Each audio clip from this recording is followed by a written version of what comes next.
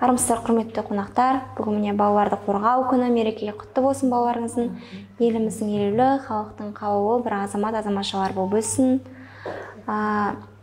Кеше әлеуметтік желіні дүрліктіріп жатқан біздің жалпы ұлттық социал-демократиялық партиясының фракциясының атынан парламент депутаты Наурыз Сайлаубай сауал жүргізген болатын. Біздің депутаттық сауалымыз ақпараттық және қоғамдық даму министрі Дархан Қыдырәліге және мәдениет және спорт министрі Асқат Ораловқа жолданады.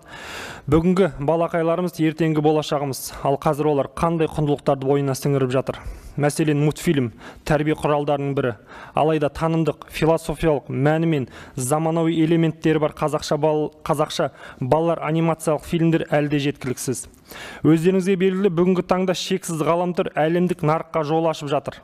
Оның аясында кеңдігі соншалықты өскелең ұрпақ ондағы ақпараттың бәрін талға алмай тұтынуда. Мысалы, YouTube желісінен бүлдіршіндер небір анимациялық бейнелерді өздері тауып қарайды. Есесіне психологиясы қалыптасып үлгермеген олардың тілі шұбарланып келеді. Әліпті таяқ деп білмейтін, ойы бекмеген балалар тіпті қай сөз, қай тілге тиесілі екенін ажыратпайды. Ойын жеткізу үшін бірнеше тілді араластырып қатар қолданады. Бұл дұрыс па? Қазіргі таңда республикамыздың аумағында 25 мультканал көрсетілсе, оның ішінде 24-і шетелдік арна. TG мен Nickelodeon атты шетелдік телеарналары анимациялары қазақшаланған мультфильмдерді қазіргі таңда қазақшалауда. Сол қазақшаланған мультфильмдерді біз өзіміз дубляждаған мультфильмдерді қолдануға лайықты жұмыс, бірақ оның 30%-ын ғана құрайды. Сонымен қатар әрбір ел жасаған өнімде өзінің діліне, мәдениетіне, түсінігіне әрбір ел жасаған танымдық дүние сай деп танимыз. Сәйкесінде қазір балалар лексиконы шетелдік мультфильмдердің кейіпкері идеалға айналып отыр. Демек, қазақ анимациясы әлемдік нарыққа бәсекеге қабілетті болып жатыр ма? Мысалы, былтыр Ғали Мырзашев деген аниматор мультфильмге прототип ретінде Димаш Құдайбергеновті ұсынған болатын. Соның бейнесі ұлттық құндылықтарымызды көрсеткісі келді. Алайда отандық өнімге қаржының жоқтығы тұсау болып отыр. Осы орайда кейбір аниматорлар кинематография туралы заңды мультфильм өндірісіне қатысты тармақтың жоқтығына, сол себепті бюджеттен бөлінетін қаражаттың дұрыс реттелмей отырғанына қынжылады. Мультфильм киноға бөлінетін қаражаттың тасасында қалып қойып отыр. Яғни мемлекеттен бөлінетін қаражаттың 80%-і ересектерге арналған кино еншісінде кетіп, балалар анимациялық фильміне бөлінетін қаражат халықаралық стандарттарға сай келмей жатқанын айтуда. Сондықтан кино мен мультфильмге қаражатты екі бөлек қарастыруды керегін жеткізеді.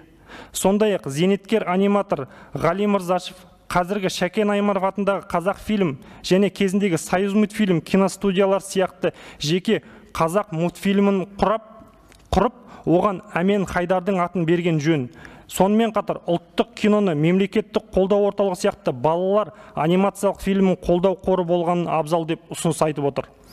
Және бүгінгі күнде Балапан телеарнасы бәсекелестік тудыратын тағы да бір арнаның қажеттілігін туындап отыр. Өздеріңізге белгілі, Балапан арнасының контенті 3 жастан 10 жасқа дейінгі балаларға арналған. Ал 3 жасқа дейінгі балапандар назардан тыс қалып жатыр. Сондықтан осы кішкентай көрермендерімізге жеңіл әрі түсінікті болатындай қазақ тілді анимациялық мультфильмдер көбірек түсіріліп, YouTube желісінде қолданысқа берілсе екен дейміз. Депутаттық сауалға заңнамада көрсетілген мерзімге сай жауап беруіңізді сұраймын. Құрметпен жалпы ұлттық социал-демократиялық фракция мүшелері атынан. Рахмет. Шынымен бұл қазір қоғамда ақсап тұрған үлкен бір мәселенің бірі деп айтсақ болады. Бір үлкен идеологияның түрі ғой, жалпы айтқанда. Ортамызда жалпы ұлттық социал-демократиялық партиясының фракциясының атынан парламент депутаты Наурыз Сайлаубай, одан кейін келесі қонағымыз қоғам белсендісі көпбалалы ана Айнұр Бұлақбай ханым, Үміт Исмайылқызы. Бұл кісі 20 жылдық тәжірибесі бар, балалар психологиясын зерттеушісі, өте мықты маман ортамызда қонақта отыр. Енді қайырлы күн баршаларыңызға. Бүгінгі 1 маусым балаларды қорғау күнімен сіздерді құттықтаймын. Себебі сіздерді ата-анасыздар, бала өсіріп отқан. Енді бүгінгі кешегі сауалымыз бүгінгі күнмен тұспа тұс болып тұр. Осы подкастымызға кешегі сауалымыз жаңағы жасөспірімдер арасындағы мультфильмнің рөлі. Себебі қазір әр ата-ана үйде бала өсіріп отқандықтан, балаларымыз гаджетке байланғандықтан, заманауи болғандықтан осы мультфильм жайлы үлкен бір сауал жолдадық. Оның астары бар. Себебі үйде бала асырап отқан, бала тәрбиелеп отқан азаматтар, отбасылар, балалары өзге тілде сөйлеп жатыр, тілі шықпай қиналып жатқан азаматшалар бар. Соларға арнадық. Жалпы Айнұр апай, сіздің балаларыңыз қандай мультфильм көреді? Мен балаларым Кокомелон деген мультикті көреді, Папа и Настя дегенді көреді, Настя и его Папа деген түрлі осындай мультфильмдерді көреді, Синий тракторды да көреді, оның ішінде Маша и Медведи бар. Осы көретіндері орысша, ағылшынша. Сіздің қызыңыз?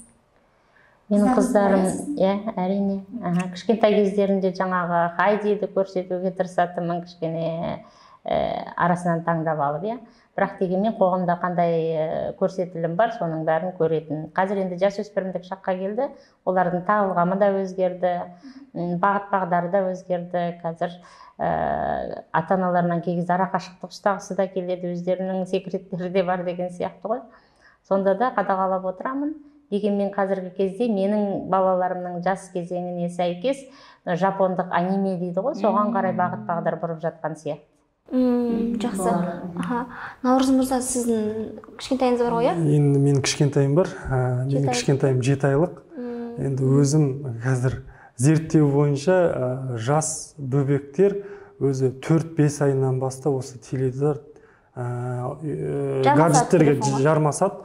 Соның ішінде ең көп көретіні Синий трактор мен КТ.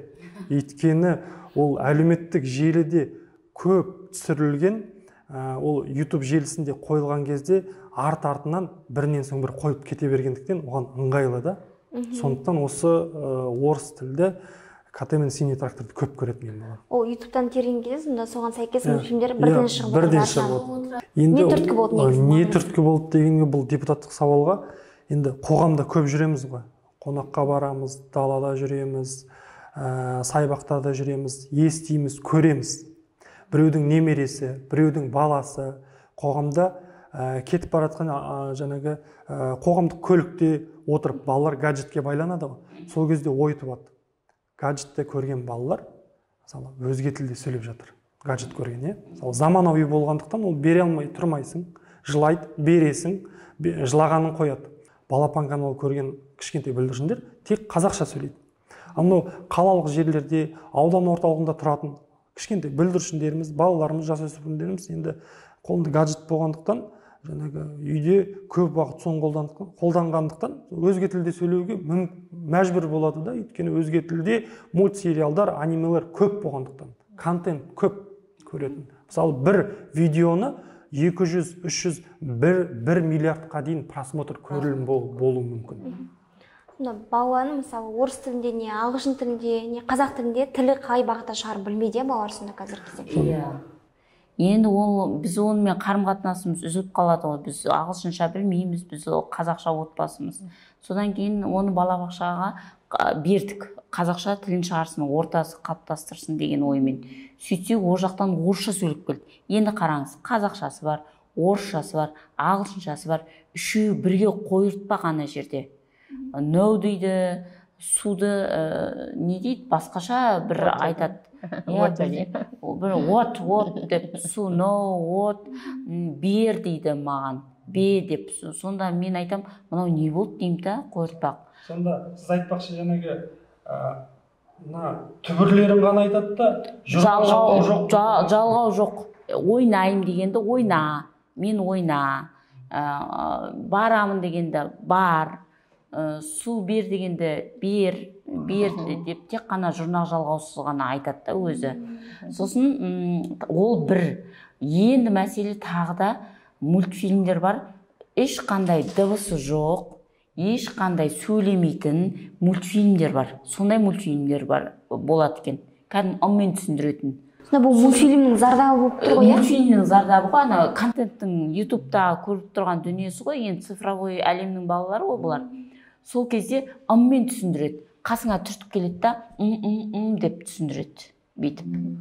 Ол тіпті масқара. Енді ағылшынша сөйлесе қуанатын болдым, әріп үйренсе ол бір жақсы екен. Ананың тілі енді ыммен бүйтіп түртеді, деп. Бұл жерде көп ескере бермейтін, бір табиғи нәрседен алыстап бара жатырмыз да. Мынау ақпараттық технология тек қана үлкендерге ғана немесе балаға ғана ықпал тигізіп жатқан жоқ.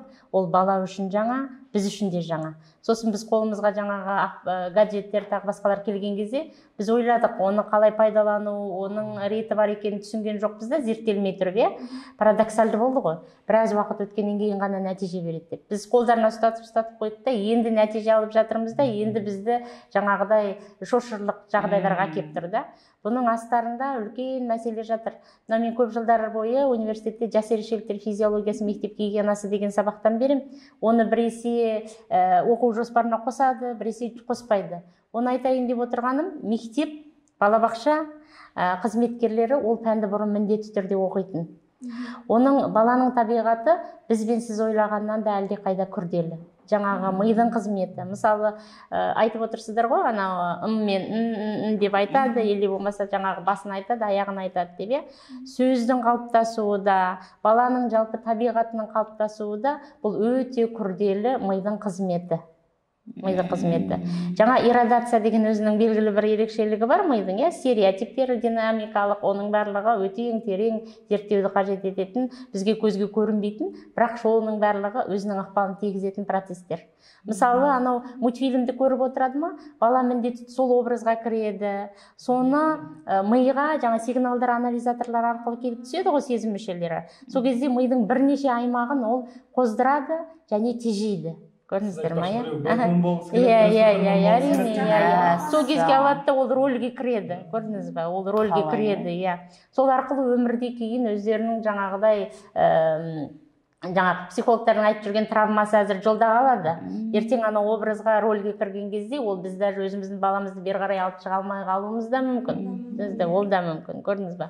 Тағы бір ерекшелігін айта кетейін, баланың табиғатын қалыптастыруды, тәрбиелеуді бұрын ата-бабаларымыз бекерден бекер, анау сен бәленбай жасқа кешіктің, бәленбай жасқа бір аңыз әңгіме бар ғой, әлгі үлкен кісіге келіп баламды тәрбиелеуде сен мынанша уақыт кешігіп қалдың деп айтқан себебінің астары, мынау 5 жасқа дейінгі баланың табиғаты, физиологиясы ол сиқырлы жас дейді, немесе магический возраст деп те айтады. Ол айналасында кез келген болып жатқан нәрселерге бәріне өзін бірінші қойып көреді. Образды сол арқылы ол әлеуметтенеді. Бүкіл табиғатын сол арқылы қалыптастырады. Мысалы, 5 жасқа дейін баланың миының жалпы ерекшелігіне келетін болсақ, мида нейрондар клеткалардан тұрады. Сол нейрондарының саны ересектермен салыстырған кезде 3 есе көп. Бұл мәселе оның 3 есе көптігінде емес. Біз сол 5 жасқа дейін балаға сол нейрондарды бір-бірімен байланыстыру, жаңағы бағыт-бағдар беру, шартты рефлекстерін қалыптастыру дейді. Бағыт-бағдар беріп үлгеру керек. Әзіргі ең басты жастардың қателігі керісінше айтады, әлі мектепке барған жоқ, бұл ойын баласы ғой, бұл әзір іштеңке қылмайды, мектепке барған кезде оқытып аламыз деп ойлайды, түзеп аламыз деп ойлайды. Ол жерде уже динамикалық стереотип қалыптасып кетеді, баланың мінез-құлқы қалыптасып кетеді 5 жасқа дейін. Содан кейін оны түзеу өте қиынға түседі. Өйткені динамикалық стереотипте энергия жұмсалмайды, жаңағы әрекеттер жеңіл-желпі уже бойына сіңіп кетті ғой. Енді оны түзеуді алыңыз. Қазір ойлаңызшы, ана балалар уже сотовый телефоннан қолынан жұлып алып көріңіз. Ол жерде қандай, былай айтқан кезде өте қиындық туындайды. Көрдіңіз бе? Реакция береді уже. Айырылғысы келмейді. Ал енді тілге келетін болсақ, неғып тілі дұрыс келмейді деген кезде, баланың тілі қалыптасатын кезең бар ғой, жаңағы уже 4 айынан бастап ол жерде белгілі бір сигналдар келеді, жаңағыдай. Анасы баласын емізіп отырған кезде бесік жырын айтатын болса, ол аузына қарап, соның мимикаларын үйренеді. Көрдіңіз бе? Уілдеп контакт, жаңағы қарым-қатынасқа түседі. Көрдіңіз бе? кіші балаңызға дастан жырғасындар оқып береді сізге.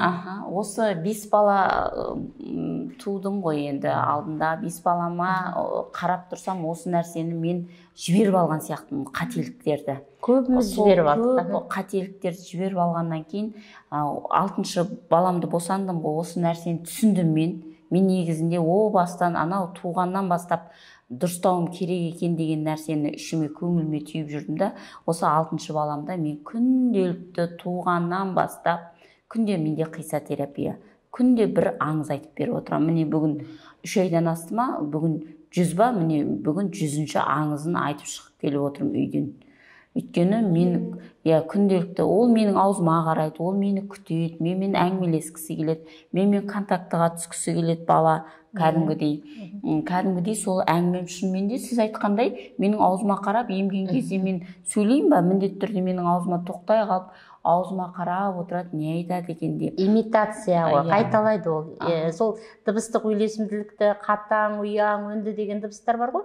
Соның барлығын жаңағы сіз дастаннан айтасыз ба, аңыз айтасыз ба, сол жерде анық құлаққа естілетіндей қылып айтсаңыз, әрбір дыбысты нақты айтсаңыз, сол дыбыстардың мида белгілі бір кодтары, сигналдары пайда болады, ол еліктеп сол арқылы. Біз көп жағдайда, кешіріңіздер, біз елемейміз, ол уақытты біз жаңағыдай ғой, білмегейміз, ескере бермейміз да, уақытын өткізіп аламыз да, сосын тілі неғып шықпады дейміз. Бала қарым-қатынасқа түскісі келеді, байқайсыз ғой, жаңағыдай ойнағысы келеді, сізге қарап жаңағыдай әрекет ишарат білдіреді деген сияқты. Сол кезде үлкендерде қарап қалмау керек. Балаға тілін шығару үшін кәдімгідей көп қызмет, жұмыс атқару керек. Өйткені тіл, сөз ол екінші сигналдық жүйе. Ол негізгі дамуының астарының бастамасы. Бұл жерде бір айтып кетейін. Мына Абай Құнанбаев Абай жолында айтады ғой, мысалы, әжесі, анасы Абайдың дәретсіз емізбеген дейді. Екіншісінде Абайды әжесі тәрбиелеген кезде жаңағы жыр дастандарды айтып отқан дейді. Кейіннен Абай өсе келе оны жатқа айтады ғой, мысалға, көрдіңіз бе? Сіздің балаңыз тура солай болып тұр ғой, кейініректе бұйырса осыны зерттей келе, болашақта бір 3-4 жасқа келгенде, мысалы, 2-3 беттік жыр дастанды жаңағы тоқтамай айтса, ол жетістік қой, мысалы. Тектілікті сіз жасап отырсыз, өзіңіз жасап отырсыз, үйде отырып. Қолдан өйткені мен қателіктерді көрдім, өзім қателігімді мойындаймын. Содан кейін ол қателікті жібермес үшін мынау тәжірибе маған болып жатыр да, кәдімгідей жаңа жаса ана, ең тұңғыш ана ретінде жүрмін да қазіргі кезде. Маған қызық болып жатыр. Біз көп жерде осы жерде қателік жасап жатырмыз. Бізге әзірше 5 жасқа дейін оған ағылшын да керек емес, оған әзірше орыс тілді де керек емес, тек қана ұлтын анасының сүтімен берілетін бүкіл физиологиялық табиғи қасиеттерінің барлығы қалыптасып, ми оны кәдімгідей кодтап алу керек. Ары қарай фундаменті қойса, ары қарай. Сондықтан ғой жаңа кезінде алашордалықтардың баланы шет тілін үйрету үшін бірінші ана тілінде сөйлетіп алуымыз керек, содан кейін барып қана басқа шет тілдерді білуіміз керек деп. Енді сіздің осы айтып отырсыз, соған енді қазір цифрлық әлем қосылып жатыр ғой, YouTube, түрлі әлеуметтік желі, мультик бар. Соған байланысты қазіргі таңда кешегі Наурыздың көтеріп жүргенде осы депутат ретінде сауал қойып, цифрлық әлеммен ұлттық құндылықты соған құйса, сондай мультфильмдер шығарылса, балаларға қажетті дүниелер баламен қосып отырып, ана үйде тәрбиелейді. Және де жаңағы цифрлық әлем тәрбиелеп жатыр ғой. Сол ұлттық құндылықты құятын мультфильмдер көбірек болса. Мен айта кетейінші, статистиканы. Осыдан 1 жыл бұрын мен көрдім интернетті, әлеуметтік желіні ақтарып, 1 жыл бұрын TG Nickelodeon деген телеарналар қазақ тілінде сөйледі дейді. Тағы да ақпаратты нақтылап сұрап едім, 30% ғана қазақша сөйлейді дейді. Енді үлкен жұмыс екен де ол үшін. Ал Қазақстанда кабельдік телевидение дейміз ғой, соның 25-інің 24-і шетелдік. Біреу ғана және балапан ғана. Балапанның өзі 3 жастан, кейбірі директор бойынша 10 жасқа дейін, кейбірі директор 3 жастан 12 жасқа дейінгі контент қабылдайды, береді дейді. Ал бұл жерде жаңағы 7 айлықтан 5 айлықтан бастап 3 жасқа дейін балалар қалып отыр. Одан кейінгі қарай жасөспірімдер. Мен де анда-санда мультфильм көрем. Одан кейінгі күрделі, мысалы, кино секілді мультфильмдерді бізде аз ғой мысалға шы. Біз бере алмай отырмыз дегеніміз. Енді жылына былтырғы жылы 2022 жылы 40-қа жуық жоба болған дейді. Биылға жылы 50 жоба бар дейді. Оның 33-і қазір жасалып жатыр. Уже берілген де шығар мүмкін. Оның ішінде көрдіңіздер ме, қаншама жұмыс істеліп жатыр, бірақ оның өзі аздық етеді ғой бізге. Қазақ тілі сонда бірақ балапан телеарнасы. Бірақ балапан телеарнасы. Ал біздің берген ұсынысымыз осы жерде, осы жалпыұлттық социал-демократиялық партияның үлкен ұсынысы, бұрында Союз мультфильм болды ғой. Сол секілді қазақ мультфильмді ашып, кино Шәкен Маймановтың қазақ фильм бар ғой, сол сияқты оған да қаражат бөліп, бір үлкен қаражат құйып, жаңағы бізде сурет салатын художниктар бар, мультфильмнің көп этаптардан тұрады екен. Жаңа бір ақпарат бойынша сіз айттыңыз ғой. 10 минуттық видеоға 115 мың сурет керек екен. Салу керек. Біз маман жетемі оған бізде. Енді Walt Disneyдің өзі жай ғана бір кабинетте басталды ғой, бір бөлмеде басталды. Қазір үлкен бір ол жоба, ауыр бір жоба, үлкен бір әлемге танылды. Сол сияқты балапанда бұл бір 10-15 жыл бұрын басталды ғой, кішкентай болып. Қазір балаларымызға беріп жатыр, сіңіріп жатыр. Сол сияқты бір Союз мультфильм сияқты қазақ мультфильмден шыға келсе жарық етіп, енді болашақта түзеп алатын шығармыз мүмкін. Онда мына қаланың балаларының психологиясы мен ауылдың балаларының психологиясы екі түрлі. Біз бәріміз ағамыз сол балапанға жұмып отырамыз. Дұрыс айтасыз.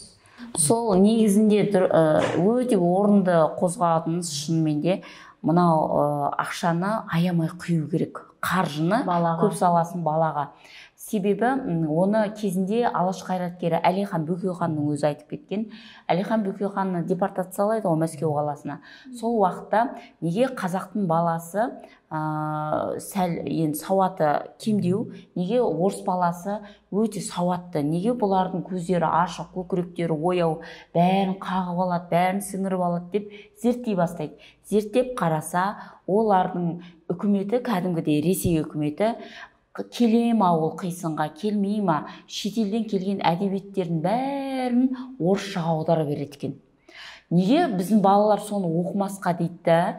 Ол да Әлиханда қалтасындағы кішкентай қаражатқа түрлі Мартин Иденнің, Джек Лондонның шығармалары бар ма, тағы да басқа Уиданың шығармалары бар ма, шетелдің барлығын орысша, Мамин Сибиряктың шығармаларын барлығын алады да сатып алып, Сәкен сен аудар, Жүсіпбек сен аудар, Мағжан сен аудар деп кәдімгі тапсырма беріп тастаған екен.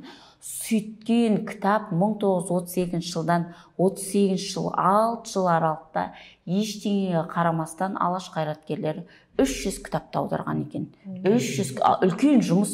Өздері қашқында жүр, өздері қуғында, сүргінде, бір күн түрмеде, бір күн үйде, бір күн далада түнеп жүрген, оларға сонша қан кешіп жүрген адамдар не үшін тәуекел етті дегенде, қазақ баласын сауаттандыру үшін, қазақ баласын жан-жақты білім алдыру үшін.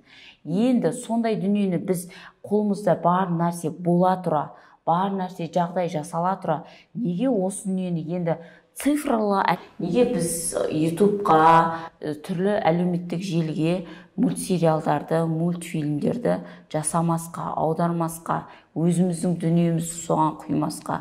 Негізі бұл барлығы айналып келгенде бала тәрбиесіне жасап отқан еңбек. Еңбек бағалану керек, еңбек жасалу керек. Осы бір сұрақ қойшы, жаңа айтып өттіңіз ғой, сіз мен балаларым деп. Басқа үлкен балаларыңыз қазақ тілінде жақсы сөйлейді ғой, иә? Өте жақсы сөйлейді. Өйткені жыл сайын олар әжесінің қолында тәрбиеленген ауылда, сосын әжесінің қолында отырғанда оларда интернет жоқ, балапан телеарнасын қосып береді. Балапан телеарнасында тек қана қазақша мультфильмдер. Далаға шықса, аулада қазақша сөйлеп жүрген балалар. Енді осы жаққа келді, аулаға барады, орысша сөйлеп келеді, орысша үйренеді. Енді орысшаны, ол қазақша сөйлеп келген балаға орысша үйрену, басқа тілді меңгеру деген сөз емес. Және Үмітай апай айтқан сияқты фундаментін қойып. Иә, фундаментін қойып берді. Фундамент бар, дайын. Ал енді мен өзім тәрбиеледім, ауылға жібермеген балаларым қойыртпақ болып шығып жатыр да. Әженің рөлі дейсіз ғой. Әженің рөлі. Тағы бір айта кетейін, кей кезде мен студенттермен көп аудиторияда болып қалам, тәжірибе жасаймыз, практикаға барамыз. Сол кезде мынандай мәселені байқап қалдым да. Мынау барлық бүкіл әлемге бізге ғана емес, ковид мәселесі ғой жаңағыда, иә. Мемлекеттік деңгейде әрбір баланың қолына мынау гаджетті беруге мүмкіндік жасап берді ғой мектеп. Көрдіңіз бе, онлайн сабақ деген кезде. Болса да болады, болмаса да болады. Бір үйде екі бала болатын болса, екі баланың қолына да міндетті түрде телефон болсын, или жаңағыдай ноутбук болсын деді. Ал енді бердік қолымызға. Ал енді ковид бітті. Соны енді мемлекеттік деңгейде қайтадан жинап алу керек. Өйткені қазір әлеуметтік институт ретінде мектеп өзінің қызметін кей кезде жалтарып дұрыс жұмыс істемей жатыр. Мысалы сұраймыз, ешқашан мен осыны мәселені пайдалана отырып, мына жасөспірімдерді де айта кетейінші. Қазіргі кезде үлкен проблема, мәселе, мектеп айтады, ата-ана өзі тәрбиелесін, біз ата-ананың тәрбиесіне жауап бермейміз баланың, біз оны оқытуымыз керек, білім беруіміз керек дейді. Ал енді ата-ана, әрқайсында оларда педагогикалық білім жоқ, немесе мынау ақпараттық технологияның келіп жатқан ағыны ата-ана үшін де жаңа ғой. Ол балаға қалай ие болу керек екен, қалай жұмыс істеу керек екенін білмей жатыр. Көрдіңіз ба? Соның әсерінен ата-ана бір жақта, отбасы бір жақта, мектеп бір жақта жұмыс істеп жатыр бұл жерде. Мектеп қайтадан өзінің қызметін әлеуметтік институт ретінде қолына алса екен деп ойлаймыз. Өйткені ол мемлекет пен отбасының арасындағы делдал ғой. Балабақша өз рөлін алса екен деп ойлаймыз. Себебі анау бір мықты орыстың психофизиологы бар, Татьяна Черниковская деген. Елдің барлығы оқимыз, тыңдаймыз кей кезде, маман болғаннан кейін. Сол айтады, мына мектеп жасына дейінгі, тағы жаңағы мектеп жасына келіп тұрмыз, балаға сабақ беретін, оны балабақшада тәрбиелейтін, немесе мектепте мұғалімдер сабақ беретін қарапайым болмау керек, олардың барлығы жұлдыз болу керек дейді. Көрдіңіз ба? Себебі бала көрдіңіз, ерте алатын, шынайы оған қараған кезде содан үлгі алатындай. Біз осы уақытқа дейін перфекционизм, мүмкін білімге дұрыс айттық, білімнен артта қалып бара жатырмыз деп ойлап жатырмыз, ал бірақ адамды қалыптастыру, тұлғаның қалыптастыру ол комплекс жан-жақты мәселе ғой. Тәрбиені жалтарып кеттік та. Негізгі мәселе тәрбиеде, табиғатында ғой.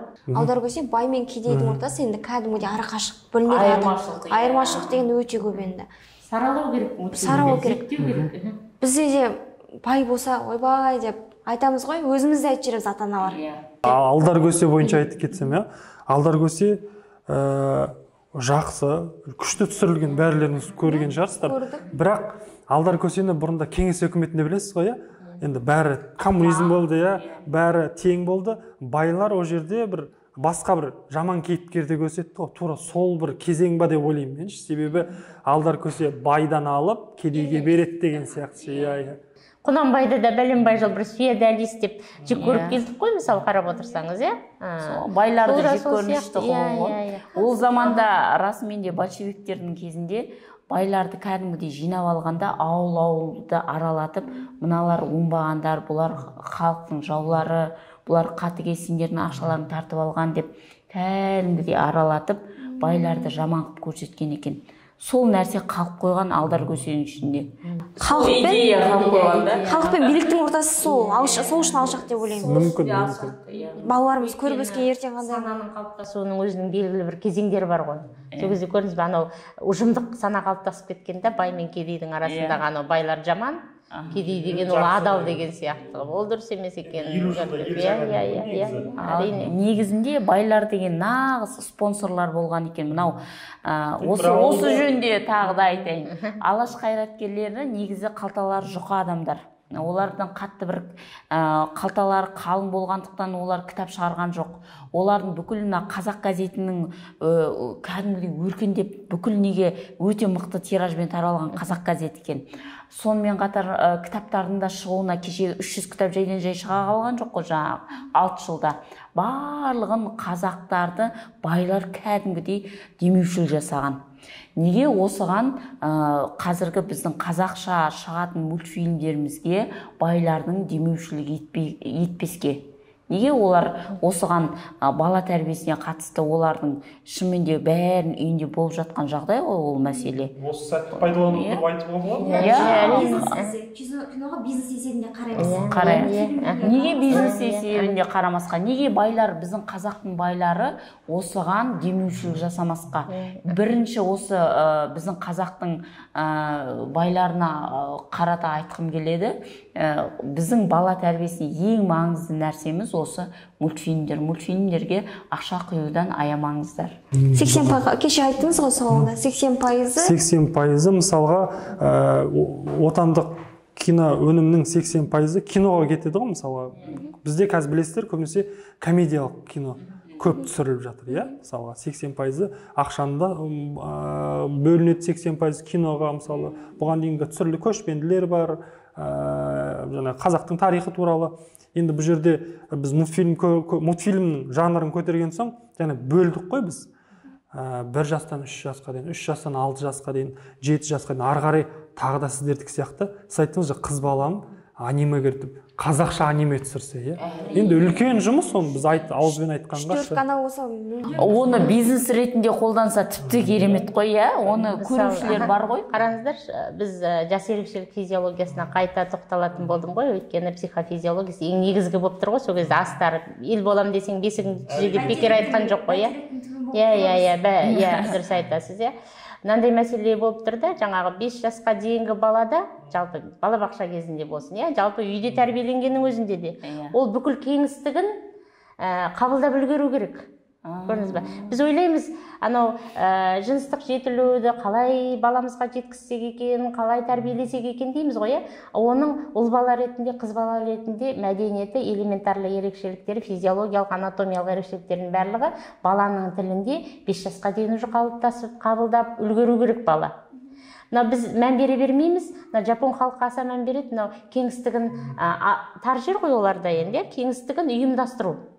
Әр затының өзінің орны болатынын, күн тәртібін, жаңа кайзен деп жүр ғой қазіргі кезде, күн тәртібін ұйымдастыру керек екенін деген сияқты, күн тәртібін қалай деген сияқты. Оның барлығы балабақшада қалыптасып бітетін элементарлы этика ерекшеліктер екен, жаңағыдай қасиеттер. Мультфильмдер қыз баланың нәзіктігі, ер баланың мақтылығы, ол ер бала қыз балаға құрмет көрсету керек екенін, өзінің кеңістігінен өтіп кетпеу керек екенін, қыз баланың табиғаты нәзік екенін деген сияқты. Мысалы, кезінде ата-бабаларымыз қыздарының шашына бекерден бекер шолпы қыстырып қойған жоқ қой, анау жүрісін түзеу үшін деп айтып жатыр, бойын түзеу үшін деген сияқты. Көрдіңіз бе? Осы жерде бір ой туады, егер мультфильм түсіретін болса, сізге келіп, мысалға, мамандарға келіп, сізге дейік, сіз сияқты мамандарға келіп, қалай түсіреміз? Ойы қалай жас баланың, мысалы 5 жасқа дейін былай түсіруге болады, 6 жастан бастап былай түсіруге болады деп. Психологиясын, физиологиясын, анатомиясын көрдіңіз бе? Бір мультфильм түсіну үшін қаншама мамандар керек. Солармен міндетті түрде ақылдасу керек. Оны шетелдік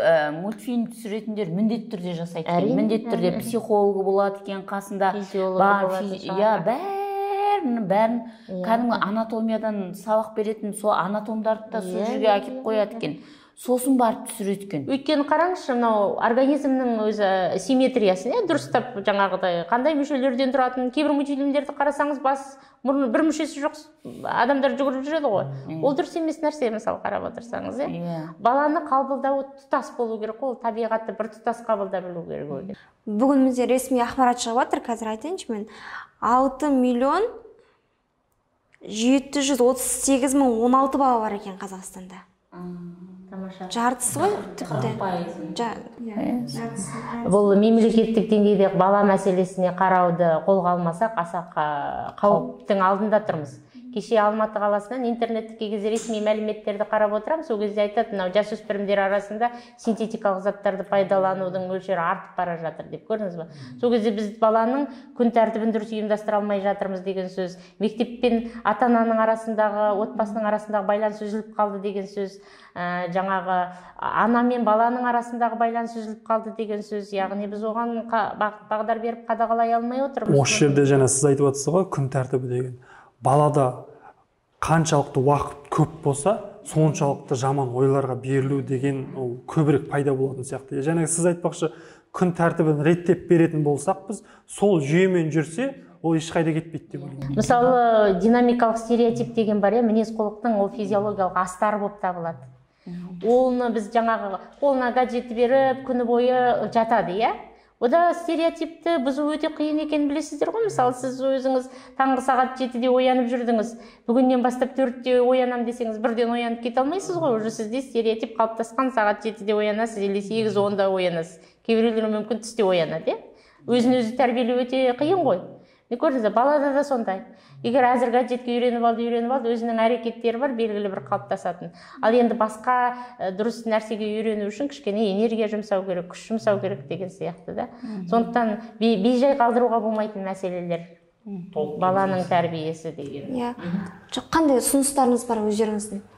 Енді менің ұсынысымды кеше айтып кеттім. Жалпы партия, мен өзімдікі демеймін, жалпы халықтың, жалпы өзіміздің партияның ұсынысы. Кеше жәнегі Союз мультфильм сияқты қазақ мультфильм деген үлкен бір жоба шықса бөлек, жаңа қазақтың балаларына, қазақстандық балаларға осы отандық өнімде қазақ тілде өнімдер ұсынса, ол мысалға өнімдерді ұсынып қана қоймай, оның саны да көп болса екен деймін. Себебі YouTube желісіне түскен кезде, бала көрген кезде сапалы, көп, ұзақ емес бір сіздер сияқты мамандармен келісіп жасалса, балалар көрген кезде оны қайталап кейінде көре беретіндей, көп болатындай, YouTube-та автоматты түрде өзі қосыла беретін. Енді баланың миы жетпеуі мүмкін, келесіге қосылатындайшы, сол сияқты автоматты түрде өзі қосылып кете беретіндей, сонда бір жас балаларға бір бәсекеге қабілетті бір жақсы анимациялық болсын, жаңағы сіз айтпақшы салып түсірсе де жаңағы қағаз бетіне бір күшті кейіпкерлерді ойлап тапса, қазақиландырып, сондай бір толып жатыр ғой қазақтың аңыз әңгімелері, батырлар, алаштың. Осы жерде тағы да айналып келеміз ғой, жаңағы зерттеуге, сіз айтпақшы. Анатомиясы, аңызын зерттейтін психолог бәрі жан-жақтан бір столда айналып отырып, соны зерттеп шығып, міне былай жасайық десе, ол да болады. Енді бұл несінде айтып шығайын, кеше ресми ақпарат бойынша ақшасында Балапан телеканалына былтырғы жылы 1 миллиардқа жуық ақша бөлініпті. Биылғы жылы 2 есе көбейтеді, 1,5 миллиардқа жуық ақша. Жаңағы былтыр 40 жоба, биыл 50 жобаға жуық ақшалар. Енді ол кіші ақша емес, енді үлкен қаражат. Енді осыны естіп отқан, осыны көріп отқан азамат пен азаматшалар, мысалы, қаражат жетпесе тағы да үкіметтен сұраса, жобаларын көрсетсе, осылай жасаймыз. Осындай кісілермен, Үміт ханыммен, Айнұр ханыммен деген сияқтымыз кісілермен келістік. Өзінің көзқарастары бар екен, ортаға қойдық проблеманы. Осылай шешіліп жатыр. Осыншама қаражат керектісі мүмкін беретін шығар. Өйткені жаңағы статистиканы айтып кетті. 6.700.000, 34.1% ол Қазақстанда жас өспірімдер, жастар, сәбилер, бүлдіршіндер болып тұр. Оның менің де балам бар, сіздің де балаңыз бар, біреу баласы, біреу немересі бар демекші. Бізде қараңыз, анимациялық мультфильмдерге қарағанда кәдімгі түсіретін видеолар көп қаражат талап етеді. Бізге әлде қайда басқа мемлекеттен аудара салған кішкене жеңілірек болады да. Мысалға келтірейін, сол айтқан екен. Қатар алып мәдениеттер өмір сүре алмайды дейді. Егер қатар алып мәдениеттер өмір сүретін болса, дейді, алыбы әлсізін жеп қояды дейді. Көрдіңіз ба? Біз аудара бергеннен көп нәрсе ұтпаймыз, ұтыламыз. Есте сақтайтын сөз екен. Әрине. Енді әрбір контент өзінің дініне, өзінің тіліне, мәдениетіне қарасы. Әрине. Өз мәдениетін, өзіндегі өзекті мәселені сол неге шығарады ғой олар. Ата бабамыздың ең жаңағыдай ерекшелігі дінді де, ғылымды да, білімді де интеграциялап жүрген ғой өмір салтына. Олардың өмір салтында бәрі бар. Дінде бар, білімде бар, ғылымда бар. Көрдіңіз ба? Тіпті кезіндегі мына ары кетпей қойық, Ресейдің педагогын алайық. Крупская деген, Лениннің жолдасы. Сол кезде. Сол айтқан екен. Бала тәрбиесіне қазақ халқынан асқан мән беретін халық жоқ деп. Сол кездің өзінде, ойлаңызшы. Яғни біз көп нәрседен ұтылып қалдық, егер ұлттық құндылықтарымыздан бас тартатын болсақ. Ал егер де бір нәрседен ұтамыз, барлығын қайтадан ұлттық құндылыққа қарай бағыт бағдарын беретін болсақ, әлі де кеш емес, ұрпақ енді кемшілігі болады, кем-кетігі болады деген сияқты. Біздің әзіргі мүмкіндігіміз ұлттық бағытқа қарай құндылығын бұруымыз керек та. Интеграциялай отырып, әрине. Сосын ата-аналардың болсын осы жаңағы мәселені пайдаланып айтып қалғым келетіні. 5-6 жасқа дейін ғана ғой, баланы тәрбиелеп үлгерсеңіз үлгердіңіз, үлгермей қалсақ ары қарай қиындық туындайды. Ары қарай уже оқу, білім беру, мәдени тағы басқа кетеді ғой, әрекеттер өзгере береді. Бірақ біздің бар мүмкіндігіміз осы 5 жас, сиқырлы жас. Оған қандай беріп үлгереміз, не нәр беріп үлгереміз, соны ұстап қалуымыз керек. Ата-аналардың көбі мектеп жасына дейін, 5 жасқа дейін қолын бір сілтеп қараймыз ғой, бала деп, ойын баласы деп. Бірақ ойынның өзі әлеуметтік институт. Олардың интеграциялануы, өсуі, дамуы, қалыптасуының бәрінің астарында ойын жатыр. Қазіргі баланың ойыны гаджет болып тұр ғой, көрдіңіз ба? Менің маған бір оқушы келіп жүр, 6-шы сынып оқиды екен, өзі Қазақстанға осы биыл ғана келіпті. Оған дейін Еуропада білім алған екен, Германия, Швеция, Швейцария. Сол несімен жүре берген ғой, енді мамалары мен папалары отбасы жұмыс қызметімен жүре берген. Сонда Европаның көп деген мектептерінде білім алған. Не істейсің деймін ғой, мектепте біз ойнаймыз дейді. Бізге көп тапсырма бермейді дейді. Мына мен Қазақстанға келіп, мен күніне көп тапсырма алғанға мен басым ауырып жүр дейді, күнделікті. Біз ойнаймыз, сосын апайымызбен осылай сіз ұқсап әңгіме айтып отырамыз дейді. Мен аңыз айтып беремін, неше түрлі. Сөйтсе олар да әңгіме айтып береді екен. Әңгіме айтып беріп, түрлі ойнаймыз дейді. Сонда айтам, мүмкін тапсырмаларды азайту керек па деген сияқты. Көбірек ойнап, ойын дегенге шығып жатыр. Ойын арқылы интеграциялануы, олардың баланың әрекеті ойын негізінен. Ойын арқылы қалыптасады, ойын арқылы интеграцияланады, өседі, әлеуметтенеді, бәрі ойында жатыр. Сол ойын деген нәрсе қазір ешкім далаға шығып ойнамайтын болды ғой, қазір балалардың бәрі бір телефонды алып бұрыш-бұрышта жатады. Шығару ойын ғой біздің балаларды далаға. Оның астары тағы бір қауіп тұр ғой. Егер де біз анау бойымызда жинақталып қалған энергияны жұмсамайтын болсақ, оның барлығы біздің организмімізде ішкі қалады, іште қалады. Эмоциялар сыртқа шықпайды. Әрине шығару керек. Айғайлау керек, жылау керек, жылау керек. Ертең есейгенде ол ойынға қанбаған бала ретінде бір жағына үңірейіп тұрады ғой. Екіншіден жаңағы эмоционалды белгілі бір шұңқырлар пайда бола бастады, оның бәрін кейін жабу керек. ютубта, гуглда қазір шығып отыр ғой, баланы ата-анасы қадағалап отырады. Соны алып қойып қояды екен, Ол бір шетінен бар мүмкіндік. Ал енді 12, 13, 14 жасқа келіп алған балаңызды өйтіп қадағалай алмайсыз. Өйткені ол бізден гөрі ананың тілін көбірек біліп алады да, өзі ашып алуы да мүмкін, көрдіңіз ба? Сондықтан мынау жасөспірімдік кезеңді де, мектепке дейінгі кезең болсын, мектеп жасындағы бала болсын, кәдімгідей мақсатты түрде біз қолға алуымыз керек болып тұр ғой. Менің ойым, оның қолындағы гаджетті бәрібір ала алмаймыз. Әрине ала алмаймыз. Енді сол гаджеттан арқылы көретін нәрсе контент дұрыс айтасыз. Ар жағынан шығуымыз керек та, көрдіңіз бе? Гаджетінен бетіне қарай шығуымыз керек. Сол ғой. Ол анау басқа елдердің мультфильмін тағы басқа нәрселерін көріп отырғанша, оны гаджетке біз шынайы кіріп алуымыз керек қой, былай айтқанда. Дұрыс айтасыз. Кәдімгідей оған көңіл қойып, назар аударып, кәдімгі жұмысқа жаңа сіз сияқты мамандарды тартып жұмыс істеп. Сосын бірде айтатын, анау бір үлкен ғалымнан естідім, атын есімде жоқ, бұрын оқып жүрген кезде. Мынау кішкентай бала 5 жасқа дейінгі баламен көретін киноңызды, мультфильміңізді ата-анасы жанында отырып, балаға дұрыс анализ жасап беру керек деп. Ана бала жаман бала, не әрекет етіп жатыр, одан сен не қабылдадың деген сияқты ананы құр көрді, ол соған интеграцияланды, қабылдады деген мәселе емес баланың деңгейінде. Ол біз мақсатты түрде, көрдіңіз бе, рефлекстерді дұрыс қалыптастыруымыз керек. Алпамыс батыр жырында бар ғой, ертөстікте де сол көбінесе сол көрініс көп келеді. Анау баланы ойнап жүреді да, Мыстан кемпірдің баласын барып ұрып жүр ойнақ деп өліп қалды дейді ғой.